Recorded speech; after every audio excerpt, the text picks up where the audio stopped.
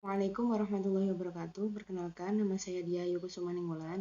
Di sini saya dari kelompok 9. Hari ini saya dan teman-teman akan mempresentasikan tema yang berjudul Kepemimpinan Pendidikan pada Sekolah Unggulan. Nah, di sini saya akan menjelaskan pengertian dari kepemimpinan pendidikan pada sekolah unggulan.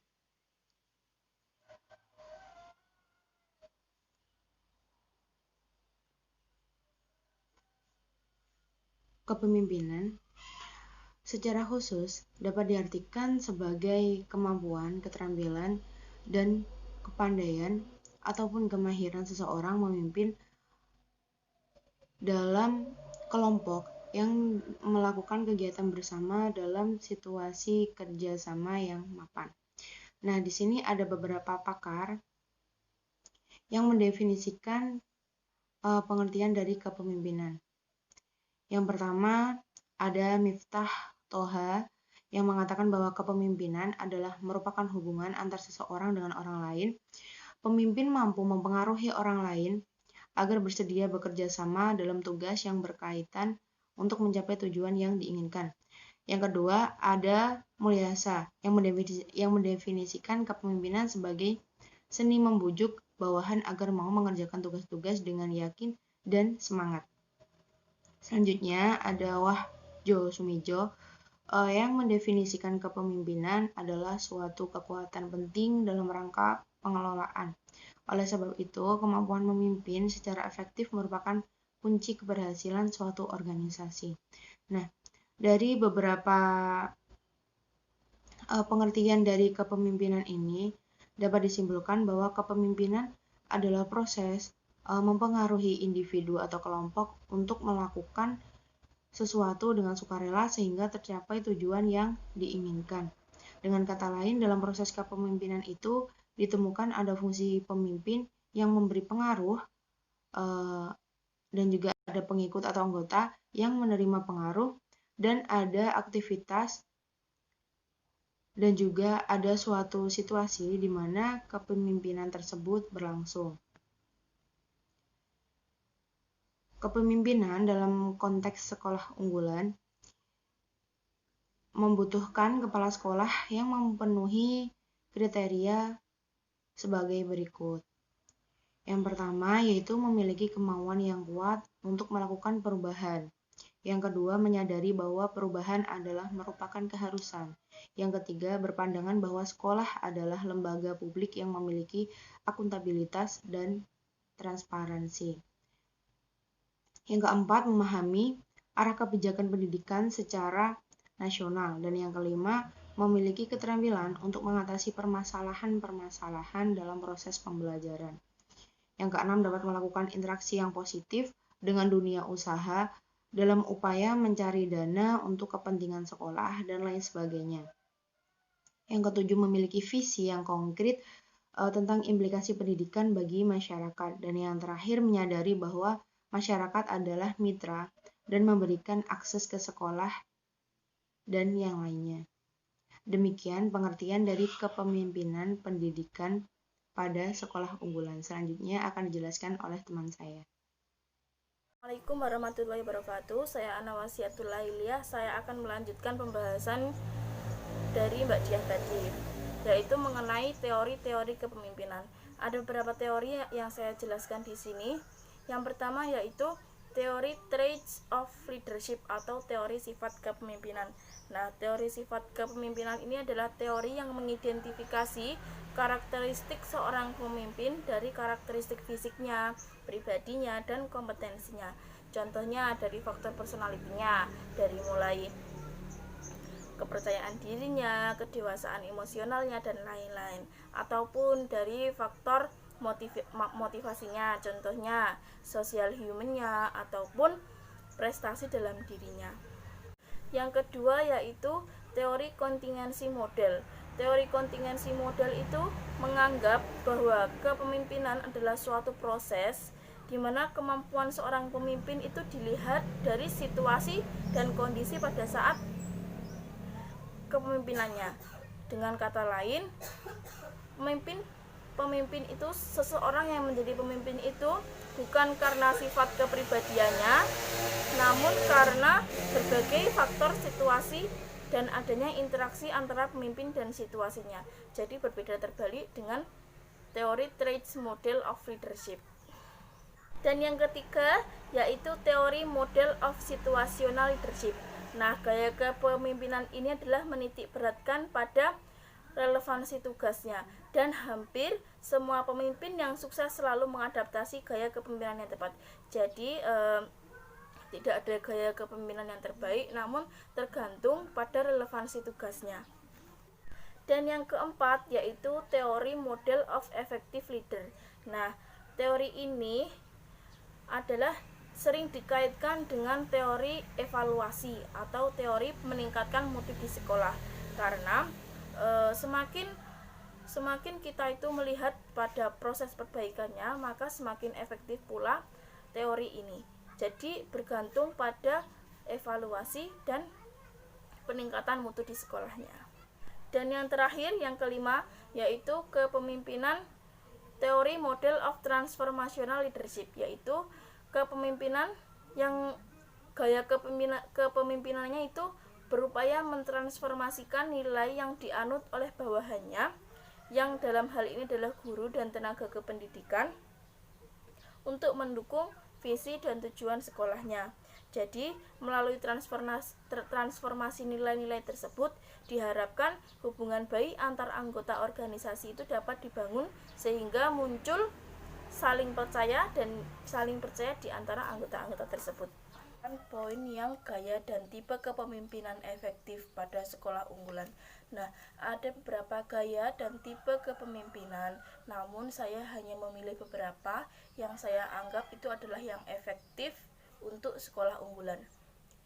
Yang pertama yaitu tipe demokratis. Nah, tipe demokratis ini pemimpin berusaha untuk melibatkan kelompoknya dalam pengambilan keputusan, menghargai inisiatif para karyawannya, ide atau pendapat dari anggota manajerialnya. Nah, lebih mementingkan kepentingan bersama dari kepentingan pribadinya. Dan adanya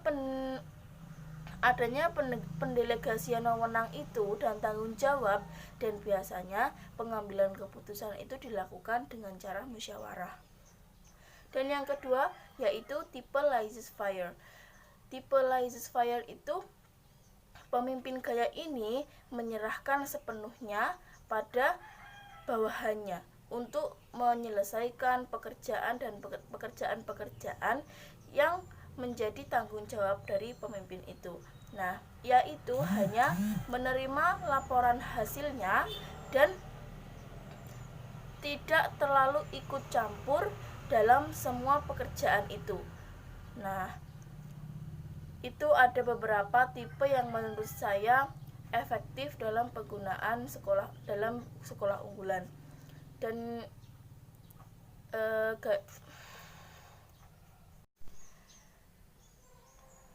Dan yang kedua yaitu beberapa gaya pada kepemimpinan. Yang pertama yaitu gaya delegatif. Nah, gaya delegatif ini adalah banyak memberikan dukungan kepada para stafnya mengenai tugas dan wewenang jika menghadapi staf yang memiliki kemampuan baik dan motivasi kerja yang baik. Dan yang kedua yaitu gaya kepemimpinan partisipatif. Nah, gaya kepemimpinan partisipatif ini yaitu berpartisipasi aktif dalam mendorong staf untuk menggunakan kemampuannya secara optimal jika menghadapi staf yang memilih kemampuan kerja baik tetapi motivasinya kerja kurang. Dan yang C, gaya kepemimpinan konsultatif. Nah, gaya kepemimpinan konsultatif ini yaitu memberikan bimbingan sehingga kemampuan staf secara bertahap meningkat jika menghadapi hal-hal yang memilih kerja yang kurang baik tetapi memiliki motivasi kerja yang baik. Dan yang terakhir yaitu gaya kepemimpinan instruktif, yaitu lebih banyak memberikan petunjuk yang spesifik dan secara ketat mengawasi staf dalam mengerjakan tugasnya. Assalamualaikum warahmatullahi wabarakatuh. Perkenalkan, nama saya Nurlela Kusna, mahasiswi dari YIN Kediri. Di sini saya dari kelompok 9. Saya dan teman-teman saya dari kelompok 9 akan menjelaskan mengenai kepemimpinan pendidikan pada sekolah unggulan. Pada tema ini terdapat 4 subbab. Di sini kebetulan saya menjelaskan pada poin D, yakni mengenai kompetensi dan juga karakteristik pemimpin pada sekolah unggulan. Yang pertama-tama, kompetensi apa saja sih yang harus dimiliki seorang kepala sekolah atau pemimpin? Yang pertama adalah kepribadian, kewirausahaan, supervisi, sosial, dan lain sebagainya. Masih banyak hal lain yang harus dimiliki seorang kepala sekolah. Jadi pemimpin ataupun kepala sekolah itu harus memiliki wawasan yang luas. Untuk apa? Agar mengetahui proses-proses kegiatan yang dilakukan itu mereka lebih jeli untuk menilai mana sih kurangnya, di mana sih kelebihannya dalam proses pengerjaan seperti manajerial, kewirausahaan. Dengan jelinya kita melihat kekurangannya di mana, maka dengan mudah kita juga untuk cepat tanggap untuk menangani kekurangan-kekurangan itu agar bisa menjadi kelebihan tersendiri. Gitu. Lalu karakteristik apa saja sih yang harus dimiliki oleh kepala sekolah unggulan? Yang pertama adalah kepribadian yang baik, seperti contohnya adalah memiliki akhlakul karim atau berakhlak baik. Mengapa demikian?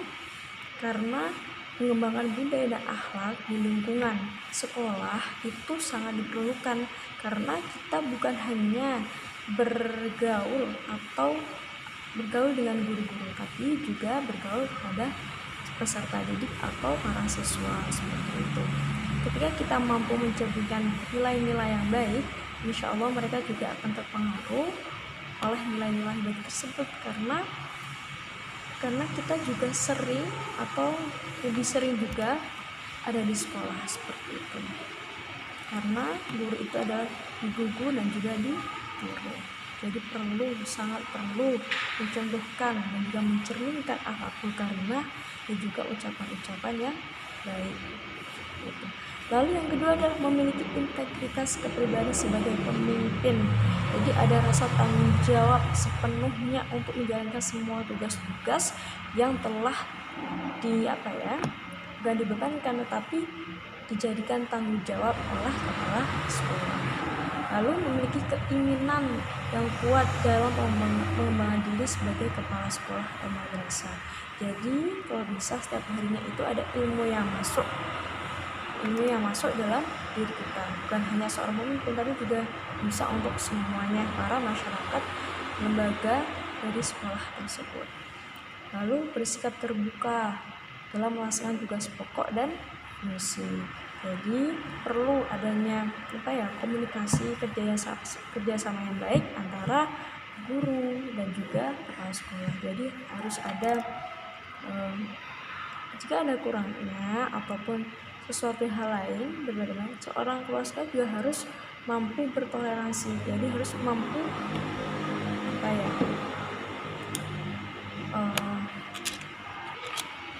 menampung semua pendapat, lalu dimusyawarahkan, lalu dipilih mana yang terbaik. Jadi kepala sekolah meskipun menjadi seorang pemimpin bukan berarti mereka bisa semena-menanya dalam memutuskan putusan dalam program yang akan dijalankan seperti itu. Jadi kepala sekolah harus memiliki karakteristik yang benar-benar yang harus dimiliki seorang pemimpin, bukan hanya sekedar ala-ala pemimpin seperti itu.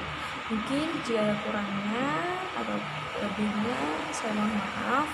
Jika ditanyakan bisa ditanyakan. Saya ucapkan terima kasih. Wassalamualaikum warahmatullahi wabarakatuh. Bukan dibebankan tetapi dijadikan tanggung jawab oleh kepala sekolah. Lalu memiliki keinginan yang kuat dalam pengembangan diri sebagai kepala sekolah atau madrasah. Jadi kalau bisa setiap harinya itu ada ilmu yang masuk dalam diri kita, bukan hanya seorang pemimpin tapi juga bisa untuk semuanya, para masyarakat, lembaga dari sekolah tersebut. Lalu bersikap terbuka dalam melaksanakan tugas pokok dan fungsi. Jadi perlu adanya komunikasi kerjasama yang baik antara guru dan juga kepala sekolah. Jadi harus ada jika ada kurangnya ataupun sesuatu hal lain berbeda, seorang kepala sekolah juga harus mampu bertoleransi. Jadi harus mampu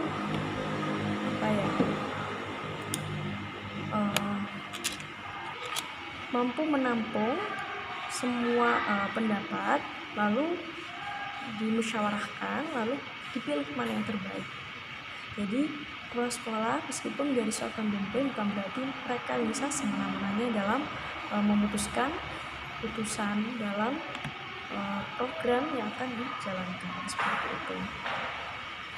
Jadi kepala sekolah harus memiliki karakteristik yang benar-benar yang harus dimiliki seorang pemimpin, bukan hanya sekedar ala-ala pemimpin, seperti itu. Mungkin jika ada kurangnya atau lebihnya saya mohon maaf. Jika ditanyakan bisa ditanyakan. Saya ucapkan terima kasih. Wassalamualaikum warahmatullahi wabarakatuh.